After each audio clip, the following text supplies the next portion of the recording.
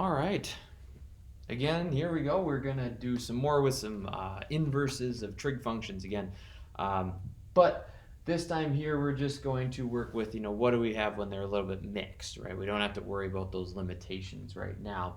And again, how could we not use our calculator to figure these out right away so that we understand what's going on underneath everything, right?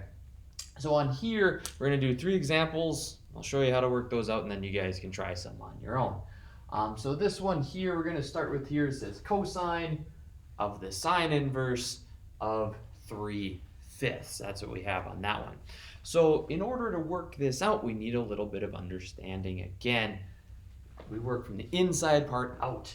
This thing here is saying, hey, I want to figure out an angle and then figure out the cosine portion. And we don't want to figure it all out at once. We want to take it one step at a time. So kind of to look here again, inverses are telling us what an angle is. So essentially, this inner part sort of tells us about the triangle that we're working with. So this one here is telling us, hey, we've got some sort of triangle, some sort of right triangle. In fact, since it's with sine and cosine, there's some angle in here. I'm going to label it theta. It's not 0, it's theta with a circle with a line through it. And this angle, the sine of that angle has to produce 3/5. That's sort of the counter opposite to that. So that means this side the opposite is 3 and the hypotenuse is 5 because that's how it has to be set up.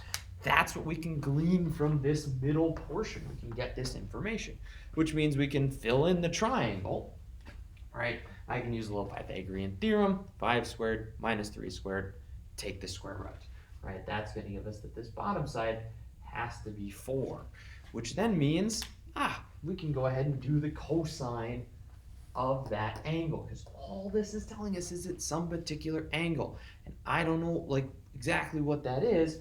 Again, yes, you could use a calculator to figure it out, but we want to understand what's going on behind there. So in here, if we do the cosine of this angle, that's essentially what this question is asking. It's a cosine of some angle. I wonder what that is.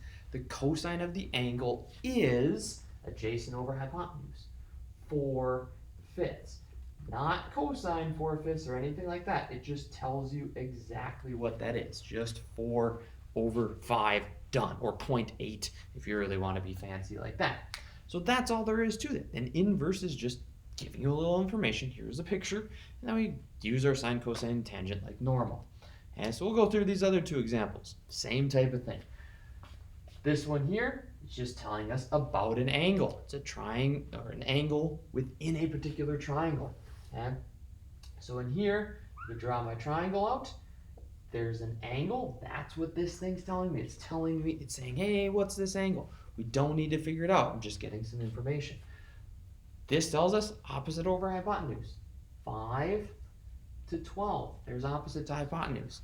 And then we can go ahead and figure out the rest of it. And so in here, I'd have to do a little bit of stuff. Okay, take 12 squared, that's 144, minus 5 squared, well, that's 25. So if I'm not sure about that off the top of my head, I might go ahead and just subtract those, right? Okay, and so that, I suppose, is about 9. I'll reduce that to a 3, so 119. And then we take the square root. That's fine. Leave the square root in there. Doesn't make a difference, right? That's okay. We're just getting the concept behind there. And then this says, what is the tangent of that angle, right? What is the tangent of this angle? Well, we all know that that's opposite over hypotenuse, so we can just write this as 5 over the square root of 119. There we go. All done. Not painful, super easy, right? We just put those pieces in there. Now, if you wanted to rationalize this, you can go ahead and rationalize it too. It's okay if you leave it like that, although if I'm going to make quizzes and things like that, I might put the rationalized form in there. They're both the same thing. Just get that square root out of the denominator, right? And that's how these things go. Last one here, if we're just changing a little bit of perspective, but again, this inner part is just telling us, oh, I've got a triangle, there's some particular angle. Tangent, though, we just shift our perspective, right? Opposite over adjacent, we put those there, right? That's how that has to be set up. And then we're saying we want the cosine of this angle, right? The cosine of this thing, and say, well, I wonder what that is. Okay, do a little Pythagorean theorem. You know, in fact, this is the exact same triangle as we had over here, so we could do Pythagorean theorem, or just look over to the side. It's the same triangle, and then we just fill this in. So it must be 4/5. Again, these two giving us the same result, it's just from a different perspective on there, right? The middle one's a little bit different, just to show you something different there. But that's how you can use those inverses with the regular trig functions on there. Answer the rest of the questions, there you're good to go.